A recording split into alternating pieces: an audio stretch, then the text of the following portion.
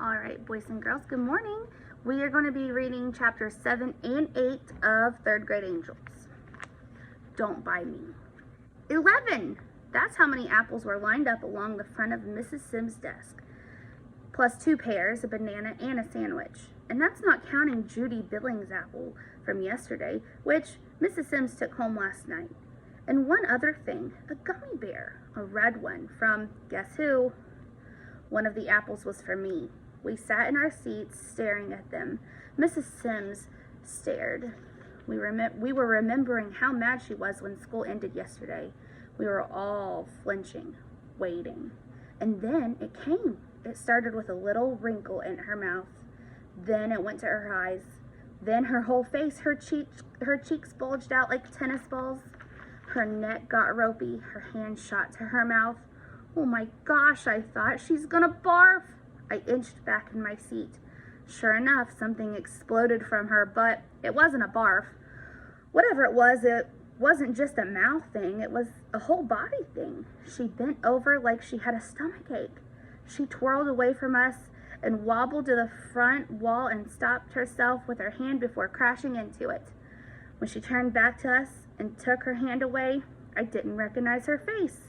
It was blotchy and lumpy and red. Tears were coming down her cheeks. It was scary. Somebody peeped. Is she crying? Somebody else peeped. She's sick. Joey Peterson gave a snort. She ain't crying, dummy.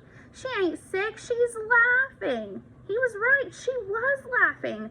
I never knew a teacher could laugh so hard. Joey was chuckling to himself. The rest of us were a fishbowl of open mouths. Finally, she started to calm down. She took a deep breath. I looked around. A couple kids were smiling, so I did too. But I was still afraid to laugh out loud. I had a feeling this might be a trick. She pulled a tissue from her box of Kleenex. She wiped her eyes and her cheeks. She took a long, deep breath. She picked up the sandwich. It was a plastic wrapped. She stared at it. She held it out to us. Okay, she said. What is it? Billy Umberger spoke. Corned beef, Mrs. Sims nodded. It looked like she was ready to bust out again, but she took a deep breath. She sniffed. Okay, students, this has never happened before. I guess I wasn't ready for it. Sorry for losing my self-control there. Disgraceful example for my students. That's okay, Mrs. Sims. She turned to me and smiled because I was the one who said it. I kicked myself in the ankle. Thank you, George, she said. Go, Georgie, I heard Joey whisper. I want you to know, said Mrs. Sims. She put down the corned beef sandwich and stepped away from the desk so we could all see the lineup again. I want you to know how much I appreciate all this.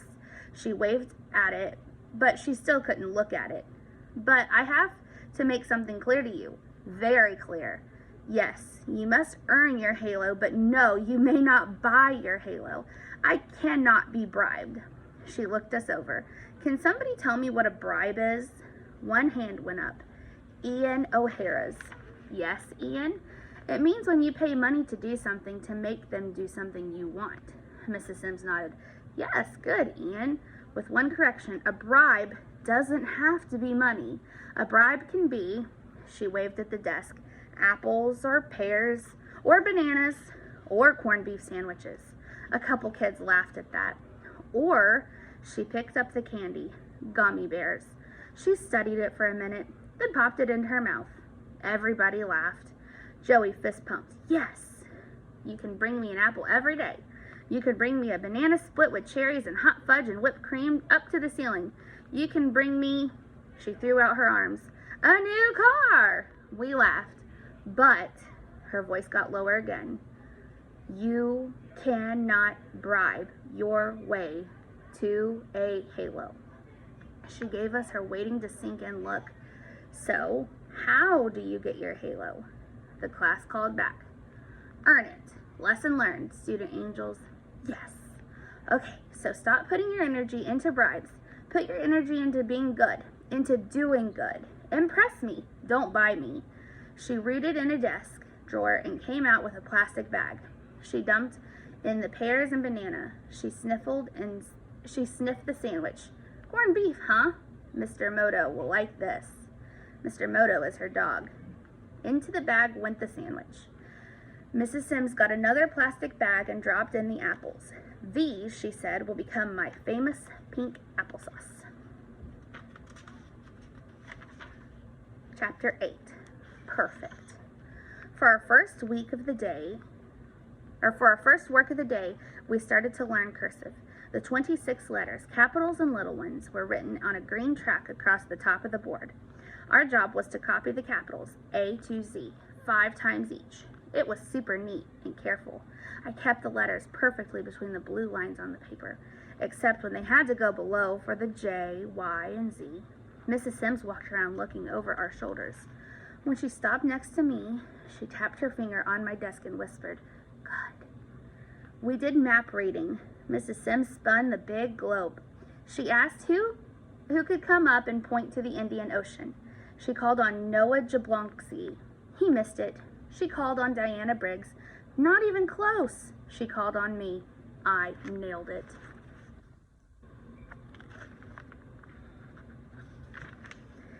In math, Mrs. Sims said by the end of the year, we're going to add and subtract numbers up to, she wrote it on the board, 10,000. How much is that, she said. Joey called out, 1,000,000! Mrs. Sims didn't even look at him. When you don't raise your hand, she ignores you. I raised my hand. She called on me. 10,000, I said. I was right. Mrs. Sims read us a story. It was about a city kid who spends his summer on a farm.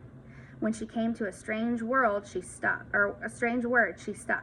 The word was husbandry. Anybody know what husbandry means? She asked the class. Only one hand went up. Emma Feldman said, a married man. Wrong. Joey's hand shot up. 2 married men. Everyone laughed. I raised my hand. George, could I go to the dictionary and look it up? She smiled. Be my guest. I went to the dictionary. It sits on its own little table called a podium. Mrs. Sims spelled the word for me. I looked it up. I read aloud. On a farm, growing crops and raising animals. A couple kids clapped.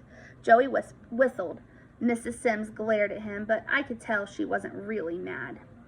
In the playground, I did a nice thing. We chose sides for a basketball game. I was a chooser. I chose the best player until the last one.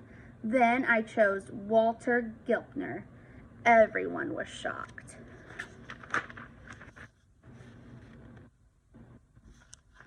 Including Walter. Nobody ever chooses Walter. When he shoots the ball, forget about the basket. He can't even hit the backboard. When Walter got over the shock, he stuffed his glasses in his pocket and cried out, "Let's go!" I never saw a kid so happy and excited. It made me feel good. Mrs. Sims was at the fence talking to another teacher. I wondered if she saw what I did. At lunch, we had sloppy joes and a green vegetable, peas. 3 days a week we have a green vegetable. I never take it. This time I did. I was the only one at my table with peas. Joey picked one out of my dish and flicked it at Bernard Weber.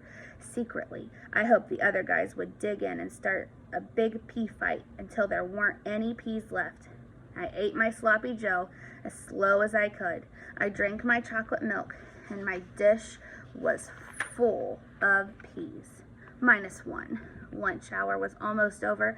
I gobbled them down. I tried not to taste, but on the way back to class, I felt good. I felt like an angel. That's how I felt for the rest of the day. As I walked out of the classroom, I said, "Goodbye, Mrs. Sims." She said, "Goodbye, George." And the way she smiled at me, it was like she was sending me a message. You were perfect today. I was first onto the bus. I sat there. I replayed the day in my head. Mrs. Sims was right. I was perfect. I sat up straight in my bus seat. I looked out. I saw Mrs. Sims standing at our classroom window. I'm pretty sure she was looking at me. I'm pretty sure she was smiling. In a couple minutes, the bus was mobbed. Zippernose flopped into a seat right across the aisle from me. She had to lean forward because her pink backpack was so stuffed. She didn't look at me. She was gabbing away with some of her other second grader in the seat in front of her. It was the weirdest feeling when I realized I was looking at her. I never look at her, but I was. And that's when a really scary question came to me. All right, guys, that's the end of chapter 7 and 8. Be sure you do your chapter 7 and 8 questions. They'll be posted shortly. But for today, the question of the day is, would you rather be able to jump as far as a kangaroo or hold your breath as long as a whale? Let me know. Bye.